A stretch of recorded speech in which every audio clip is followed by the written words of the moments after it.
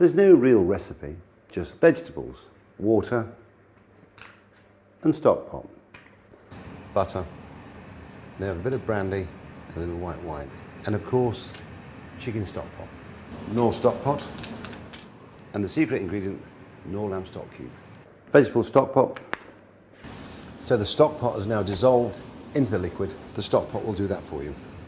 And another stock pot, so that makes 1.5 litres, and 3 stock pots, and 4 vegetable stock pots at this moment in time. Chicken stock pot, just on the edge. Now we add our lamb stock cubes. No need to add salt. The stock pot will do that for you. But now this has been cooking with the water and the stock pot, Knorr fish stock pot. So at this moment in time, I've put in 1 litre of water and 3 stock pots, vegetable. I would think we'll put 3 in here. I may add a little bit more water. What I'm going to wait for is see how much water is released out of the vegetables before I commit.